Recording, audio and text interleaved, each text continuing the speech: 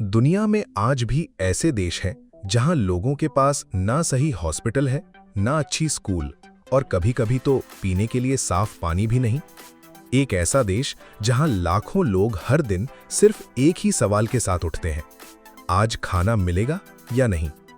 सोचो, अगर किसी देश के पास करोड़ों डॉलर का ऑयल हो, फिर भी उसके लोग भूखे सोएं? जहां बचपन खिलौनों के साथ नहीं बल्कि जंग और भूख के बीच गुजरता हो, जहां दुनिया के सबसे ज्यादा नेचुरल रिसोर्सेज होने के बावजूद लोग दुनिया की सबसे मुश्किल जिंदगी जीने पर मजबूर हों। ये कहानी है साउथ सूडान की, दुनिया का सबसे नया देश और शायद सबसे ज्यादा दर्द सहने वाला देश। आज हम जानेंगे साउथ सूडान इतना गरीब क्यों है, यहाँ के लोग किस तरह की जिंदगी जीते हैं, क्या यहाँ ट्रैवल करना सेफ है और क्या इस देश का फ्यूचर कभी बदल पाएगा।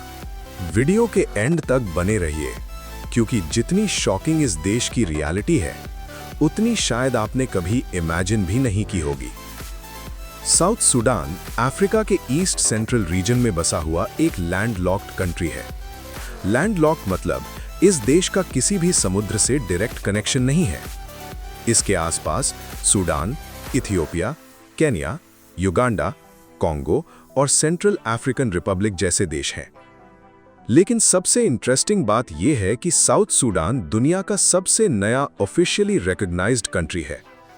इस देश को 9 जुलाई 2011 को आज़ादी मिली। मतलब जब इंडिया को आज़ादी मिले हुए 64 साल हो चुके थे, तब साउथ सूडान एक नया देश बना।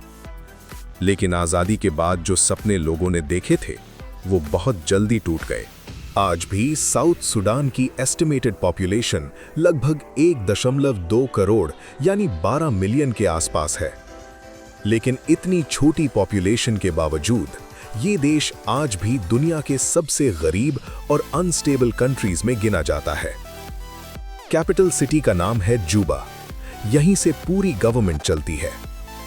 लेकिन अगर आप जूबा से सिर्फ कुछ घंटे दूर चले जाओ, तो modern roads, electricity, hospitals, internet, ये सब धीरे धीरे गायब होने लगते हैं। बहुत से विलेजेस ऐसे हैं जहां आज भी लोग वैसे ही जीते हैं जैसे दुनिया कई 100 साल पहले जीती थी। यहां सर्वाइवल ही लोगों की सबसे बड़ी प्रायोरिटी है। अब सवाल आता है, साउथ सूडान के लोग कैसे होते हैं? टीवी या सोशल मीडिया पर अक्सर सिर्फ जंग और गरीबी दिखाई जाती है, लेकिन साउथ सूडान की असली पहचान सिर्फ उसकी प्रॉब्लम्स नहीं है, बल्कि उसके लोग हैं। यहाँ 60 से भी ज्यादा एथनिक ग्रुप्स रहते हैं।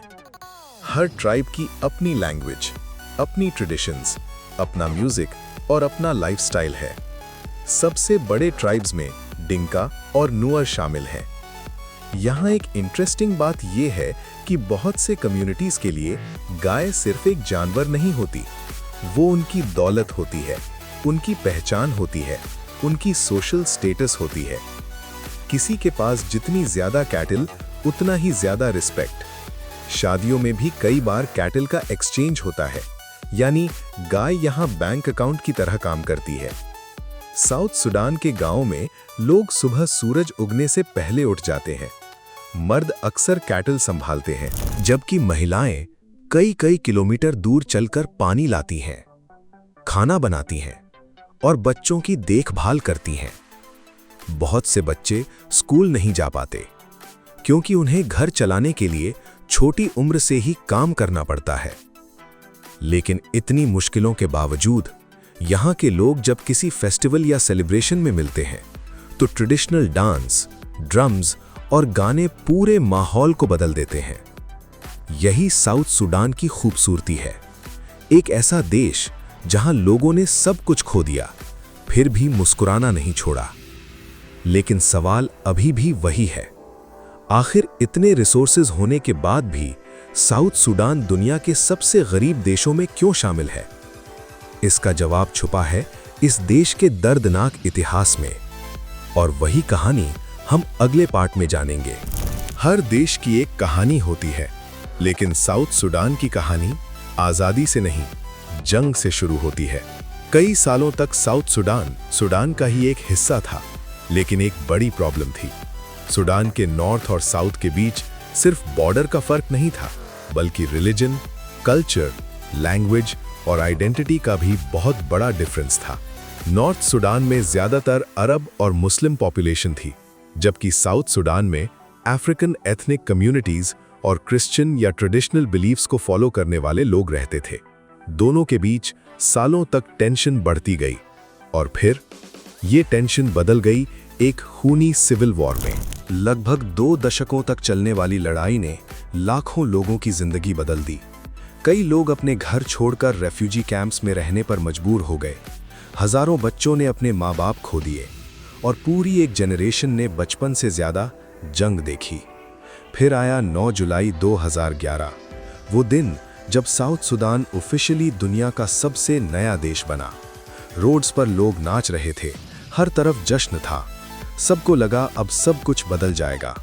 अब स्कूल बनेंगे, हॉस्पिटल बनेंगे, रोड्स बनेंगी और लोग चैन की जिंदगी जिएंगे। लेकिन कभी-कभी सबसे बड़ी खुशी के बाद ही सबसे बड़ा दर्द आता है। आज़ादी के सिर्फ 2 साल बाद साउथ सुडान एक और सिविल वॉर में डूब गया। इस बार दुश्मन कोई दूसरा देश नहीं था, अपने ही लोग थे। पावर को लेकर पॉलिटिकल कॉन्फ्लिक्ट धीरे-धीरे एथनिक वायलेंस में बदल गया। देश के 2 सबसे बड़े कम्युनिटीज, डिंका और नुएर, एक दूसरे के सामने आ गए। जो लोग कल तक एक ही देश के लिए लड़ रहे थे, आज वही एक दूसरे के खिलाफ हथियार उठा चुके थे। गांव जलने लगे, फैमिलीज अलग हो गईं, लाखों लोग दोबारा घर छोड़ने पर मजबूर हो गए। कई लोगों ने सिर्फ अपनी जान बचाने के लिए जंगल और रेफ्यूजी कैंप्स का सहारा लिया। और सबसे ज्यादा असर बच्चों पर पड़ा। कई बच्चे स्कूल की जगह कैंप्स में बड़े हुए। कई बच्चों को रोज ये भी नहीं पता होता था कि अगला खाना कब मिलेगा। सोचिए, जिस देश को आज़ादी मिली ही इसलिए थी ताकि लोग बेहतर जिंदगी जी सकें, वही देश दोबारा जंग में डूब गया। अब सबसे बड़ा सवाल, आखिर साउथ सुडान इतना गरीब क्यों है? ये सुनकर शायद आप हैरान हो जाएं, लेकिन साउथ सुडान के पास अफ्रीका के इंपॉर्टेंट ऑयल रिजर्व्स में से एक है। यानी जमीन के नीचे अरबों डॉलर की दौलत छुपी हुई है। तो फिर लोग भूखे क्यों हैं? जवाब सिर्फ एक नहीं, कई हैं। सबसे पहला रीजन, ऑयल का कंट्रोल। ऑयल निकलता साउथ सुडान से है, लेकिन उसे एक्सपोर्ट करने के लिए पाइपलाइन सुडान से गुजरती है। इस वजह से दोनों देशों के बीच कई बार ऑयल को लेकर टेंशन और डिस्प्यूट्स हुए। दूसरा रीजन, इंफ्रास्ट्रक्चर की कमी।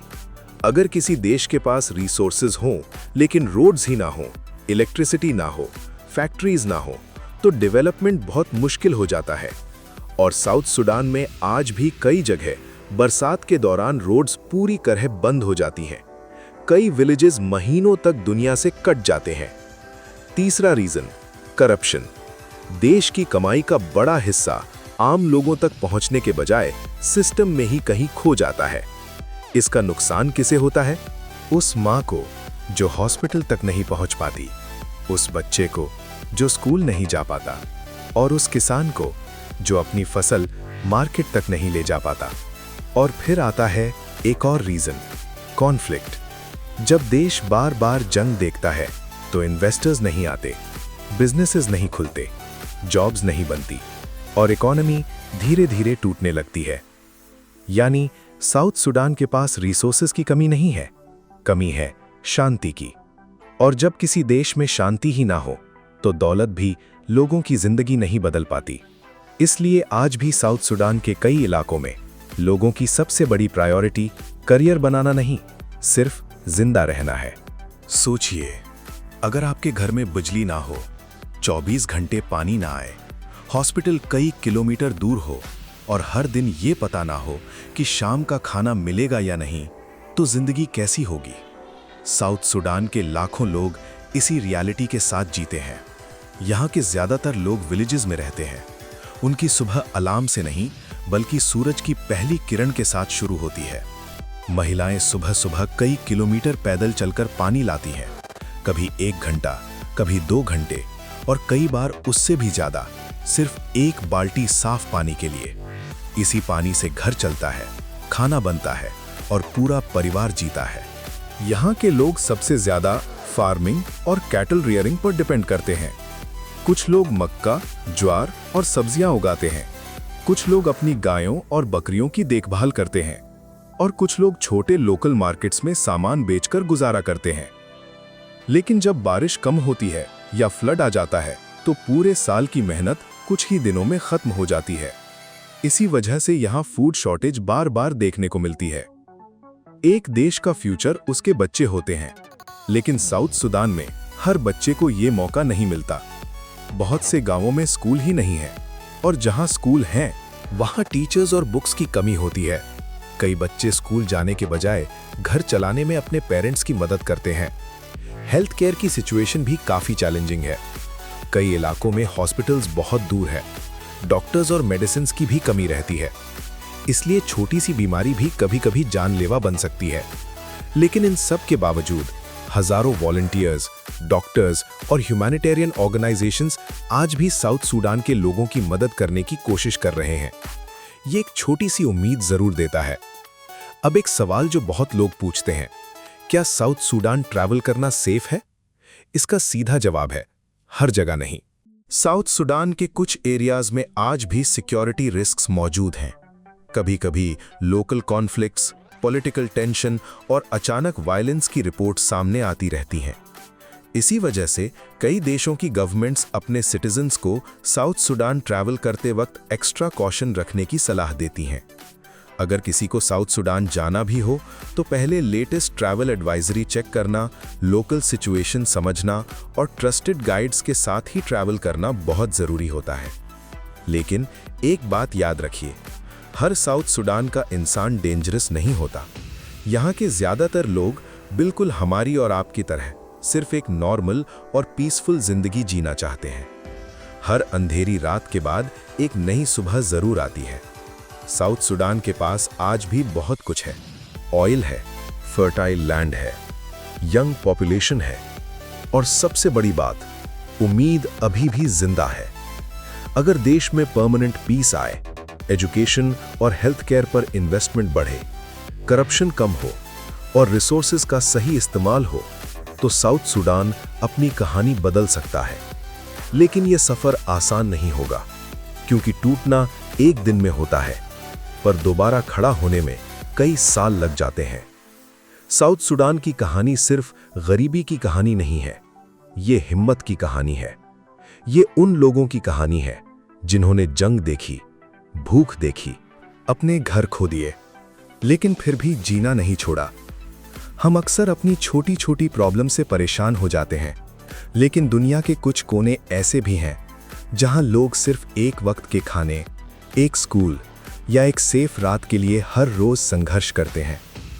दुनिया को समझना सिर्फ मैप्स देखना नहीं, बल्कि उन लोगों की कहानी समझना भी है जो हर मुश्किल के बाद भी मुस्कुराना जानते हैं। अगर आपको साउथ सूडान की ये सच्चाई जानकर कुछ नया सीखने को मिला तो वीडियो को लाइक ज़रूर करिए, अपनी ओपिनियन कमेंट्स में बताइए और अगर आप दुनिया के ऐसे ही अनसुने देशों की असली कहानियां देखना चाहते हैं तो चैनल को सब्सक्राइब करना मत भूलिए। मैं मिलूंगा आपसे एक और डॉक्यूमेंट्री के साथ, तब तक के लिए धन्यवाद।